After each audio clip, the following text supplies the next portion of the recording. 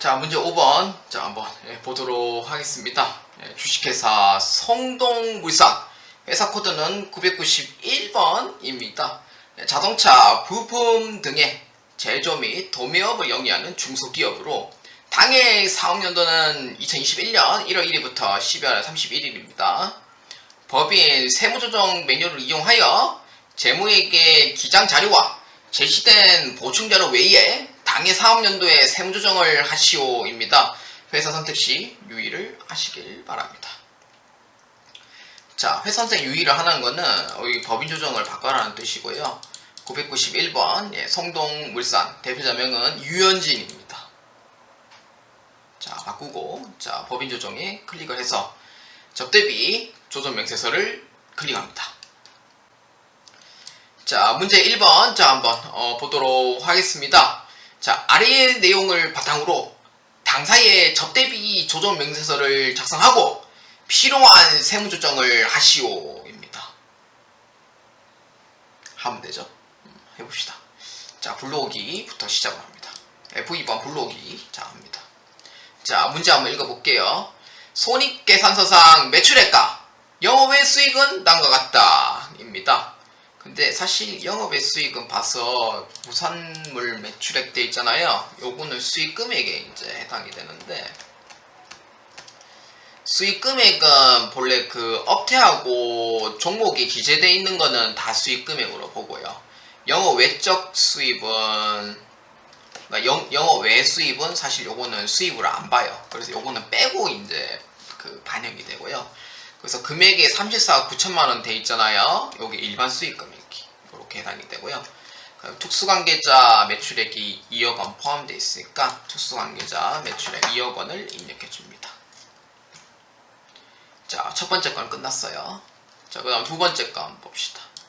손익계산서상 접대비 계정은 아래와 같다 입니다. 오케이. 자, 한번 봅시다. 자, 대표이사 개인경비 자 500만원입니다. 자, 개인경비는 접대비인데 사적으로 쓴 거잖아요. 사적으로 쓴 거를 저 사적으로 쓴 건데 비용 인정 안 될까요? 라고 물어보면은 당연히 노라고 하죠. 안 돼 이러죠. 왜냐? 회사를 위해 쓴 거면은 너희들이 기꺼이 내가 인정을 해줘야지 이런 식으로 받아들이지만, 사적으로 쓴 거는 네가 사적으로 쓴 거를 회사에서 인정을 받을 수 있겠어 없겠어? 네가 한번 세무서의 입장에 한번 생각해봐 이러면은 못 받는다는 거죠. 그래서 받을 수가 없어요. 그렇기 때문에 500만원으로 자 입력해 줍니다. 자, 접대비 중 사적 사용 경비 500만원 입력해 주고요. 요거는 송금부산입니다. 자, 법인카드 이제 신용분이 얼마냐면은 4,690만원이 이제 전액 3만원 이제 초과분이고요. 그 중에 이제 465만원이 있는데, 원래 간이용 수중 같은 경우에는 이제 그 법령이 이제 3만원 뭐 초과분 뭐 이렇게 이제 돼 있긴 하지만, 자, 3만원 이하분은 이제 65만원이고, 사실 요거는 뭐 간이용 수중 같은 경우에는 그 3만원 이하 같은 경우에는, 그러니까 3만원 이하로 썼다. 이거는 뭐 그냥 인정은 돼요. 근데 제가 순간 이제 헷갈린 게 있었어요. 아까 만원인 줄 알고, 만원, 1만원은 예전 거고요. 지금 3만원이잖아요. 그래가지고, 제가 순간 헷갈렸어요. 그래가지고, 3만원 이하는 그 간이용 수중에 인정은 돼요. 근데 3만원 초과 같은 경우에는 간이용 수중을 안 받아주거든요. 그래서 뭘 받았냐면은, 신용카드나 아니면은 세금계산서로 해가지고 받아야 돼요. 물론 현금 영수증도 없지 않아 해당이 되겠죠. 요거 같은 경우에는 이제 해당 사항이 되는 거예요. 그렇기 때문에 건당 3만원 초과분은 이제 400만원으로 이제 넣어주면 되고요. 그러니까 송금물산임이 되는 거죠. 그 다음에 65만원은 이제 인정이 돼요. 그렇기 때문에 요렇게 입력해 주시면 되고요. 근데 입력할 거 뭐고 이제 없어요. 사실 여기에 이제 400만원 자체가 이제 여기 이제 송금물산입으로 돼 있고, 그 다음에 이게 접대비 이제 해당하는 금액이 돼요. 근데 접대비 해당 금액이 5,155만원 돼 있잖아요. 사실 이게 손을 댈 필요가 없다는 게 어떤 의미냐면은 4,690만원에서 거기에 이제 65만원만큼 더해주면 되잖아요. 그러면 4,755만원이 돼요.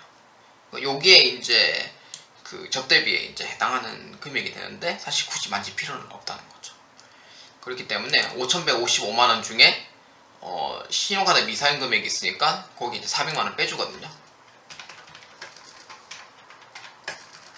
그러면 4,755만원이 아까 제가 계산했던 그 접대비 해당하는 금액이 되는 거예요. 그렇기 때문에 접대비 이 해당하는 금액조차도 여기서 이제 400만원을 빼면은 4,755만원이 이제 이번에 한도가 이제 적용되는 금액이라는 거죠. 그러니까 접대비에 해당하는 금액은 사실 이 금액이 맞지만 송금불산 입에 존재하는 금액이 있으니까 요거를 빼고 한도 적용 대상은 실질적으로 4,755만원이 되는 거예요. 이거는 굳이 내가 손댈 필요는 전혀 없고요. 그 다음에 3번 자 한번 봅시다. 자, 한편 당사는 자사 제품을 거래처 사업상 증여를 했대요. 그래서 아래와 같이 회계 처리했대요. 자, 사업상 증여니까 여기 이제 제품이잖아요. 제품을 할 필요 없지. 복리후생비로 이렇게 처리가 돼 있잖아요. 그렇기 때문에 여기 계정 과목을 여기에 복리후생비 제조돼 있죠. 그래서 복리후생비로 해요. 제품 해주면 안 돼요. 복리후생비 해주고요. 그 다음에 계정 금액은 어떻게 입력하냐? 현물 접대비는 무조건 시가예요. 원칙적으로 시가긴 하지만 시가보다 낮게 판매를 했다면은 그때는 원가 금액을 작성해줘요. 그래서 시가 금액입니다. 얼마냐면은 부가세 포함된 330만원 집어넣어 주셔야 돼요. 그래서 요거 다시 한번 더 볼까요? 복리후생비 요거는 시가 금액입니다. 원칙적으로. 그런데 시가가 원가 금액보다 미달하면은 이때 원가 금액으로 작성해줘요. 뭐냐? 현물 접대비예요. 현물 접대비. 그 법인세법 책 강좌를 아마 들으신 분은 아시겠지만 접대비와 이와 유사한 것도 다 접대비를 본단 말이에요. 유연별 포괄주의에 의해서. 그렇기 때문에 이 복리후생비도 유사한 접대비를 본다는 거예요. 그러니까 제품으로 입력하는 게 아니고 복리후생비로 입력을 해주셔야 돼요. 자, 그래서 이번에 이제 접대비에 해당하는 금액이 얼마냐라고 했을 때 최종 금액이 나오는 거죠. 4,755만원에서 430만원 더해주면은 이제 5,085만원만큼 되는 거죠. 요게 이제 접대비 이제 해당하는 한도 금액이 되고요. 요렇게 해서 이제 접대비 조정 금액 값에 보시면은 차감 접대비 해당하는 금액이 얼마냐니까 5,085만원 뭐 이렇게 이제 돼 있는데 제가 계산한 거랑 조금 다르죠. 그래서 왜냐면은 여기가 지금 5,650만원이 돼 있는데 여기 400만원을 빼버렸거든요. 그래서 5,155만원 이렇게 이제 되는 거고 그 다음에 여기에 이제 330만원 더해주면은 5,485만원이 나와요. 그래서 여기에다가 이제 기준금액 빼니까 5,085만원이 나오는 거죠. 아까 제가 계산했던 게 맞는지 한번 최종 확인해 보면은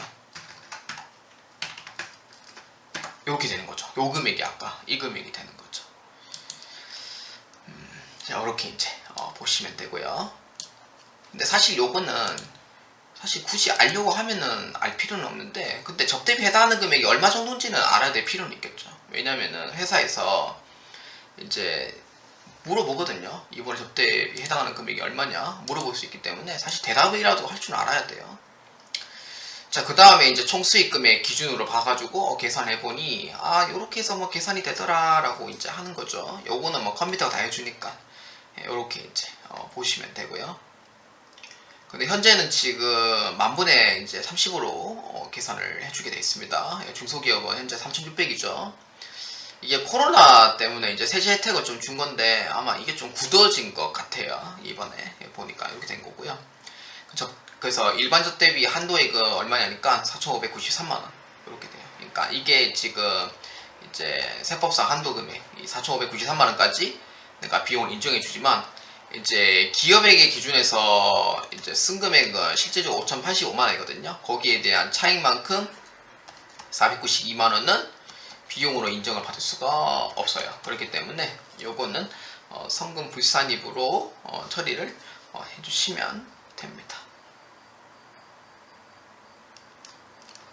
자, 그러면은 세 개의 이제 조정 사항이 이제 이렇게 이제 결정이 돼요. 그렇기 때문에 조정 등록에 자 클릭하셔서 자, 한번 인내해 봅시다. 접대 비중 사적 경비입니다. 얼마냐니까 500만원. 소득 처분은 기타 사유 유출 아니에요. 요거는 상여로 처리하셔야 돼요. 4번입니다. 왜냐? 개인적으로 쓴 건데 기타 사유를 누구로 봐야 돼요? 대표자의 책임으로 봐야 돼요. 그렇기 때문에 상여가 이렇게 되는 거고요. 그 다음에 접대 비중 신용카드 미사용 금액 얼마냐니까 400 이렇게 되는 거죠. 요거는 어떻게 해주냐? 요거는 기타 사유 유출이에요. 그 다음에 접대비 한도 초과액 그래서 얼마냐니까 492만원 역시나 기타 사유 유출로 해가지고 이렇게 세무조정을 해주시면은요 완벽하게 6점을 받으실 수가 있겠습니다.